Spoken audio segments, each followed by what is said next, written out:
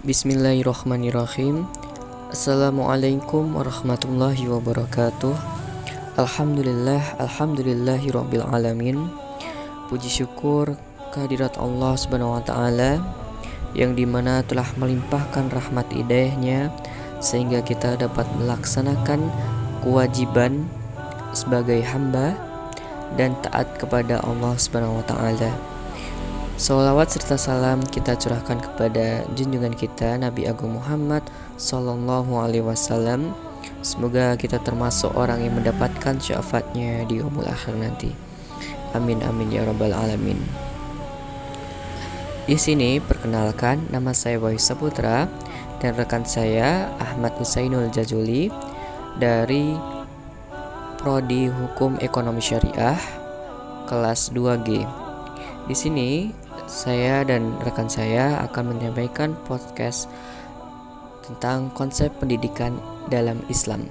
Ada beberapa pertanyaan dan jawaban yang akan disampaikan saya terlebih dahulu dan juga akan dilanjutkan oleh Ahmad Husainul Jajuli. Podcast ini mengenai tentang artikel yang kita buat, yaitu tentang konsep pendidikan dalam Islam. Konsep pendidikan dalam Islam ini, mengapa kita mengambil tema ini? Karena pendidikan sangat diperlukan lebih-lebih dalam kehidupan manusia saat ini. Pada zaman era globalisasi yang ditandai dengan terjadinya perubahan-perubahan yang serba cepat dan kompleks, baik yang menyangkut perubahan nilai maupun struktur yang berkaitan tentang kehidupan manusia, sehingga dapat dikatakan pendidikan merupakan kebutuhan mutlak yang harus dipenuhi sepanjang hayat. Tanpa pendidikan, sangat mustahil manusia dapat hidup dan berkembang sejalan dengan perubahan zaman kita. Dan selanjutnya, dalam pendidikan dalam Islam, di sini kita disampaikan dalam pendidikan Islam itu ada metode-metode yang kompleks pastinya. Bersamaan dengan berputaran dunia, modernisasi dan perkembangan ilmu pengetahuan dari hari ke hari semakin berkembang, akhir-akhir ini kita melihat banyak generasi Islam yang sudah tidak mengenal para tokoh Islam yang sangat pengaruh terhadap kemajuan dunia pendidikan. Makanya konsep pendidikan dalam Islam ini bisa mengenali cara kita menghormati tokoh-tokoh zaman dahulu yang berperan di dalam Islam.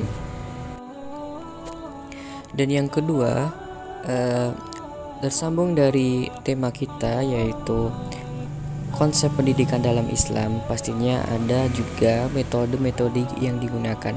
Nah, di sini dalam artikel juga menggunakan metode pendidikan di dalam Al-Qur'an. Di antaranya yaitu ada metode dialog, metode kisah, metode amsal atau perumpamaan, dan yang keempat yaitu metode keteladanan, dan yang terakhir yaitu metode taghrib dan tarhib.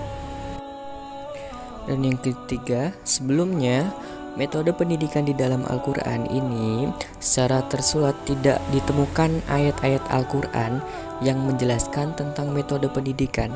Namun, jika dianalisis dari segi redaksi Al-Qur'an dan cara Allah mengajarkan ajaran-ajarannya kepada Rasul-Rasulnya, ada metode-metode yang saya sampaikan sebelumnya. Dan yang kelima, yaitu apa sih makna pendidikan Islam? Ketika pendidikan diartikan sebagai latihan mental, moral, dan fisik jasmaniah yang menghasilkan manusia berbudaya tinggi untuk melaksanakan tugas kewajiban dan tanggung jawab dalam menumbuhkan personalitas atau kepribadian, serta menanamkan rasa tanggung jawab kependidikan bagi manusia menyerupai makanan yang berfungsi memberi vitamin bagi pertumbuhan dan perkembangan manusia. Nah, sasaran pendidikan ini berbeda-beda menurut pandangan hidup masing-masing ya, pendidik atau lembaga pendidikan. Oleh karenanya, maka perlu dirumuskan pandangan hidup Islam yang mengarahkan sasaran pendidikan Islam. Umat manusia atau lebihnya umat Islam telah diajarkan dalam Al-Quran dalam surah Al-Imran ayat 19 yang artinya sesungguhnya Islam itu agama yang benar di sisi Allah Subhanahu wa taala.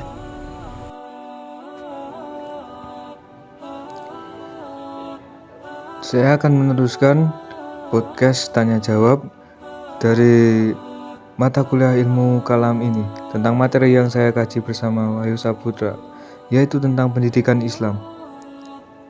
Apa tujuan khususnya pendidikan Islam?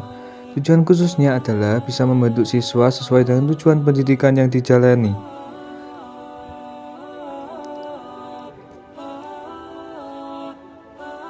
Dan apakah ilmu menurut Al-Quran?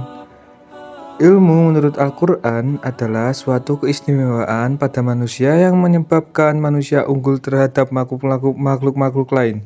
Ini tercermin pada kisah Adam waktu ditanya oleh Allah tentang nama-nama benda. Adam dapat menjawab semua nama benda yang ditanyakan kepadanya. Dan apa misi dari pendidikan Islam? Proses kependidikan Islam berusaha merealisasikan misi Islam dalam tiap pribadi manusia, yaitu menjadikan manusia sejahtera dan bahagia dalam cita-cita Islam. Apa pengertian ilmu? Jika dipandang dari sudut kebahasaan, ilmu jika dipandang dari sudut kebahasaan bermakna penjelasan. Dipandang dari akar katanya mempunyai arti kejelasan. Semua ilmu yang disandarkan pada manusia mengandung arti kejelasan. Apa arti kata taklim secara khusus? Arti kata taklim secara khusus ialah untuk menunjukkan sesuatu yang dapat diulang dan diperbanyak sehingga menghasilkan bekas atau pengaruh pada diri seseorang. Ya, terima kasih. Sekian podcast dari kelompok kami, yaitu Wahyu Saputra dan Ahmad Husain Muzazuli dari S2G, tentunya mata kuliah ilmu kalam. Atas perhatiannya saya ucapkan terima kasih. Semoga kita selalu sehat dan selalu dalam lindungan Allah Subhanahu wa taala. Demikian yang saya sampaikan. Wassalamualaikum warahmatullahi wabarakatuh.